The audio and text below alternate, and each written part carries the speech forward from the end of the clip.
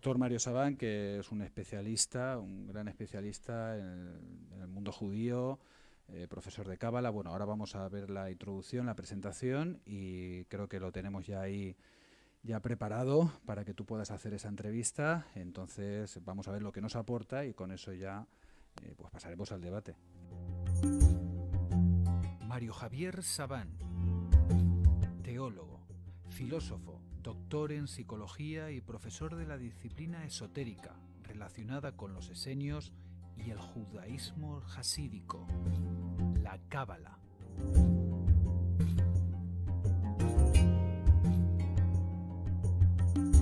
Ha publicado 16 libros de éxito, entre los que podemos destacar El judaísmo de Jesús, Las enseñanzas rabínicas de Jesús de Nazaret o la Cábala, la psicología del misticismo judío.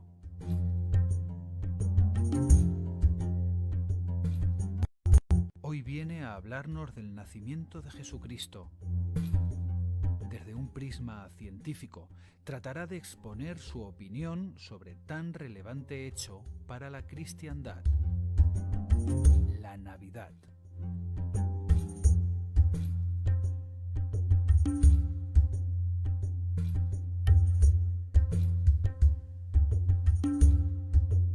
Bueno, en realidad con esta entrevista yo no quería arruinarle la Navidad a nadie, pero veo que ahí en el programa de radio alguien quiere arruinar la Navidad a alguien, porque te va a caer un poco todo abajo con esta entrevista. En primer lugar, decirte que Jesús no nació en el cero. Jesús nació en el 6 antes de Jesús, en el 6 antes de Cristo, y todos los investigadores ya están de acuerdo con esta fecha, digamos, de nacimiento, porque el padrón del censo de Herodes fue en el 6 antes de Cristo y Herodes murió en el 4 antes de Cristo. Quiere decir que Jesús nació 6 años antes que él mismo. Una cosa muy complicada de explicar, porque después vinieron los calendarios gregoriano, etcétera, juliano, y dieron vuelta a todo, ¿no? Pero en realidad nació Jesús en el 6 antes de Cristo y murió en el 30, en el año 30. Así que probablemente no murió con 33 años, murió seguramente con 35 o 36 años. Esta es la primera cuestión importante a destacar a la gente para que entienda realmente que, claro, como Jesús nació en la época de Herodes y Herodes termina su mandato en el 4 antes de Cristo y su censo fue 2 años antes de su muerte, indudablemente Jesús nació en el 6. Esto en primer lugar. En segundo lugar, queda clarísimo que tampoco nació el 25 de diciembre, que esta fue una fecha impuesta por el Imperio Romano. Seguramente nació aproximadamente en octubre, y sabemos esto porque el campo de los pastores de Belén en diciembre está helado, con nieve. No puede haber ningún pastor el 25 de diciembre por ahí, ni ovejas ni pastor. Así que seguramente fue la festividad de Sukkot o la fiesta de las cabañas la que se estaba festejando en el momento en que está naciendo Jesús. Esto nos lleva a que seguramente Jesús era del signo de Libra, probablemente del mes de octubre, en su nacimiento. Judea, en cuanto a la situación política y económica, era un polvorín, porque todos los judíos, la gran mayoría, estaban en contra del Imperio Romano, dirigidos por un movimiento que hacía 2 siglos que se estaba desarrollando, que era el movimiento de los Plushim, en hebreo traducidos son los fariseos. Y los fariseos eran un movimiento que en realidad, aunque tiene tantos ataques por parte de la iglesia posterior, y las grandes discusiones de Jesús en el Nuevo Testamento son con los fariseos, es el movimiento que realmente salvó al judaísmo de su desaparición, porque los fariseos fueron los que crearon la figura del rabí o maestro, del rabino. Quiere decir que a Jesús, cuando le llamaban rabí, indudablemente pensamos que estaba dentro del movimiento fariseo. ¿Quiénes eran los fariseos? Los fariseos eran los maestros de la ley, los que interpretaban la ley. Tenían una vertiente muy nacionalista, que eran los celotes, en general totalmente antirromanos, y iban contra la élite judía de Jerusalén, que eran los sacerdotes del templo de Jerusalén, que hacía un tiempo ya que estaban bastante corruptos. Ellos, los sacerdotes, eran los que se llamaban saduceos. Los saduceos dominaban toda la estructura del poder político, eran amigos de los romanos, con grandes negocios con los romanos, con todo el imperio romano, ¿no? Recordemos que ellos se autocalificaban como descendientes del sacerdote Sadoc de la época del rey David, del 1000 antes de Cristo, y los saduceos eran los que tenían, ya te digo, el poder económico bajo control, el poder político, porque eran aliados del Imperio Romano, y por supuesto el poder militar que estaba bajo el mandato de Roma, ¿no? Apoyados totalmente por el procurador, que en la época de Jesús sabemos que era Poncio Pilatos, pero que imponían directamente a los romanos a la jurisdicción militar.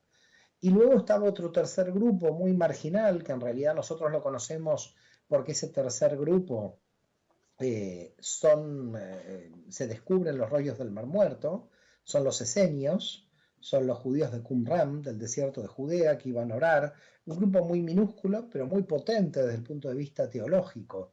Ellos de alguna manera eran apocalípticos, dualistas, creían en que se iba a producir en el Ar Megiddo, en la montaña de Megiddo, en hebreo quiere decir montaña Ar, la última guerra, la guerra final, de ahí el nombre Armagedón, que se iba a producir el Armagedón. Por lo tanto, en la época de Jesús, cuando nace y cuando se desarrolla como niño, realmente, ya te digo, Judea era un problema social, un problema económico, un problema político, era una provincia muy rebelde del Imperio Romano. Sí, el Mesías tenía que ser un descendiente de la casa de David. Por eso fíjate que en el Nuevo Testamento lo más importante, lo primero en el primer capítulo de San Mateo es mostrar que Jesús era descendiente del rey David. ¿Por qué esto? Porque la dinastía de David era la que tenía que volver a tomar el poder en Israel. Quiere decir que el tema mesiánico es un tema político, no es un tema religioso como lo entendemos hoy a partir de San Pablo y a partir de la evolución del cristianismo. Lo que quería claramente el mesianismo político era tomar el poder y restaurar la dinastía de David. El Mesías no tiene que ver con una concepción religiosa como la que tenemos hoy, que es un desplazamiento posterior de la teología, sino que el Mesías tenía realmente una función política, una función de restauración política, de restauración nacional, y se creía que el Mesías lo que tenía que hacer era levantar a Israel y derrotar a los romanos. Este era el objetivo número uno de un Mesías. Por tanto, todos los Mesías que iban surgiendo en Israel, que fueron muchos, Flavio Josefo, fíjate que habla casi de 24 Mesías entre el año 6 a.C. y el 66, en que se desató la revolución, ¿no? La guerra contra Roma. Era algo muy habitual que un grupo de judíos entendiera de que su rabino o su profeta era el Mesías, lo proclamara e inmediatamente empezamos una revolución contra Roma. Lo que podríamos llamar la mitología del nacimiento es posterior a su declaración. No había una declaración por el nacimiento. Sí se sabía que los que venían de la tribu de Judá, siendo la tribu de David, todos tenían posibilidad de ser Mesías. Siempre hay que tener en cuenta algo muy importante. La genealogía era clave para que alguien sea proclamado Mesías. No podía ser Mesías alguien que perteneciera a otra tribu de Israel.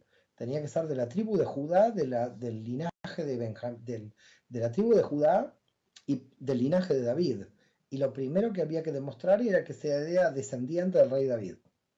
Claro, de todas maneras, igualmente ellos volvieron a Belén porque era el censo, hacía que la gente volviera, aunque ellos eran de Nazaret, vivían en Nazaret, estaban empadronados en Judá, por lo tanto eso califica de que la familia era de Judá. Cuando había un censo, las familias tenían que volver al territorio de la tribu a la que pertenecían. Así que en ese sentido, la familia lo que hace es regresar a, digamos, a la tribu, al sitio territorial de la tribu. Y lo que hacen a ir a Betlehem, a Belén, es inscribirse o censarse de la tribu a la que pertenecían. No, el 25 de diciembre es una fecha impuesta por el Imperio Romano. El Imperio Romano tiene que cristianizar fechas. Por ejemplo, el día 29 de junio, que es el día que habitualmente en el Santoral aparece como de Pablo y Pedro y Pablo, ese día era el día de la fundación de Roma, era el día de Rómulo y Remo. Entonces, como todo el mundo festejaba el día de Rómulo y Remo, y seguían festejando Rómulo y Remo, y ya el imperio era cristiano, decidieron que el martirio de Pedro y Pablo iba a ser el mismo día que Rómulo y Remo, pero no se sabe que el martirio haya sido ese día. se fija ese día para que coincida y se reemplace a Rómulo y Remo. Y lo mismo que el 25 de diciembre, el día del Sol Invictus, el día del Sol victorioso, del dios Sol en el Imperio Romano.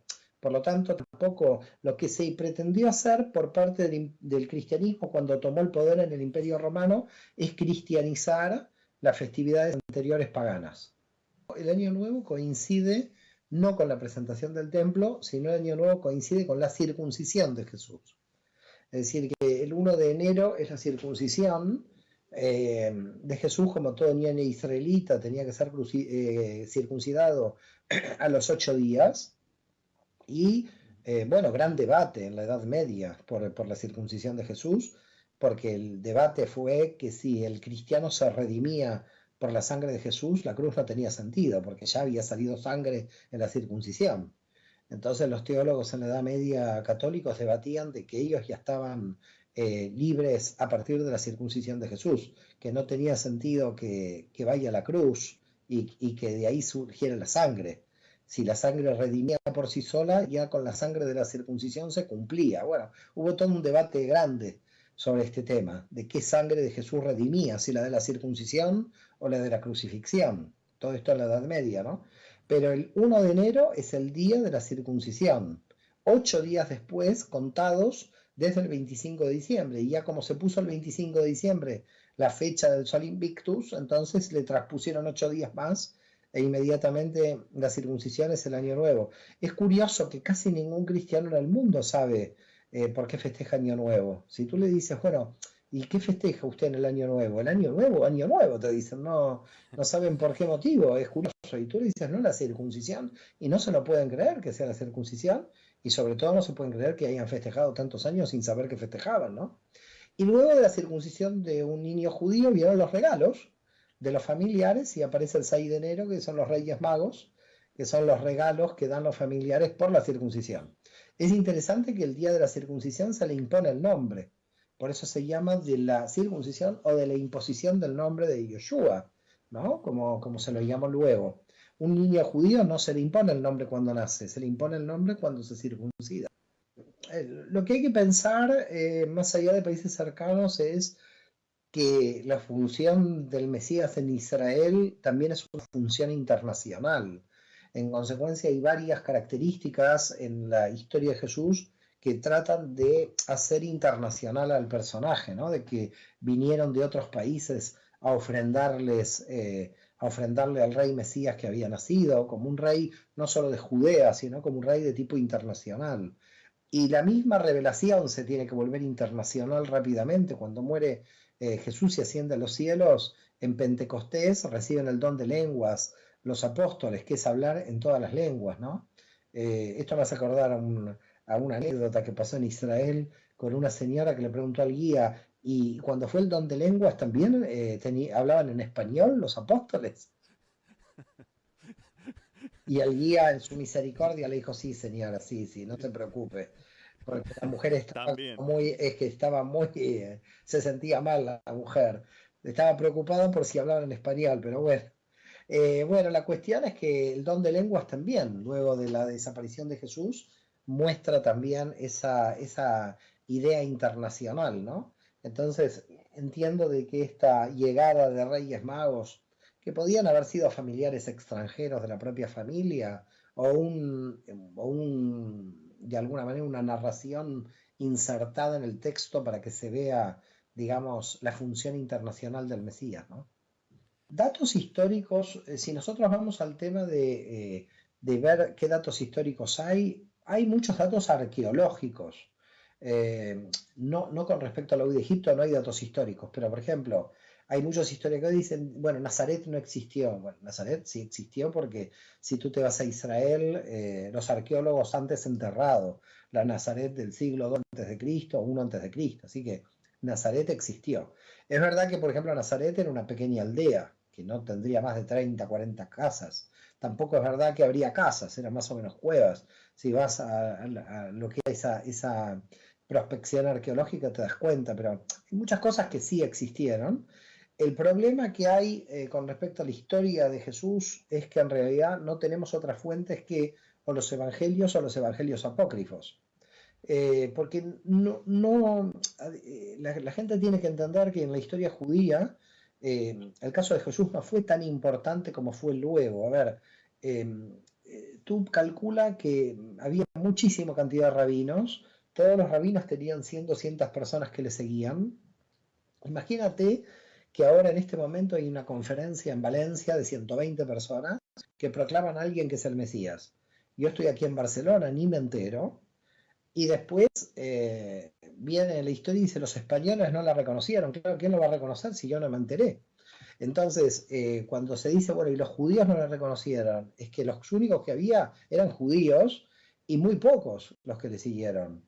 Entonces, hay que entender que para el momento fue una especie de anécdota Jesús en la historia judía. No fue algo muy importante. Se volvió importante cuando San Pablo comenzó a hacer la campaña de difusión, digamos, de que Jesús era el Mesías y empezó a llevar esto a todas las sinagogas de la diáspora.